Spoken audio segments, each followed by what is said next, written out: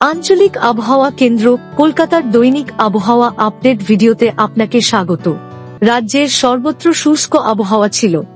দক্ষিণবঙ্গের সর্বনিম্ন তাপমাত্রা ছিল শ্রীনিকেতনে 10.4 ডিগ্রি সেলসিয়াস, উত্তরবঙ্গের সমতল অঞ্চলে আলিপুরদুয়ারে 10.0 ডিগ্রি সেলসিয়াস, পাহাড়ি অঞ্চলে দার্জিলিং এর সর্বনিম্ন তাপমাত্রা ছিল 4.5 ডিগ্রি সেলসিয়াস, কলকাতা আলিপুর এর ন্যূনতম তাপমাত্রা ছিল 15.2 ডিগ্রি সেলসিয়াস, স্বাভাবিকের থেকে 1.4 ডিগ্রি সেলসিয়াস কম। সকালের সময় দুর্গাপুরে মাঝারি কুয়াশা দেখা গেছে। বর্তমানে পশ্চিমবঙ্গের ভূভাগের উপর কোনো উল্লেখযোগ্য আবহাওয়াগত পরিস্থিতি নেই। আগামী এক সপ্তাহে রাজ্যের কোথাও আবহাওয়ার সতর্কতা নেই। প্রধানত শুষ্ক আবহাওয়া থাকবে।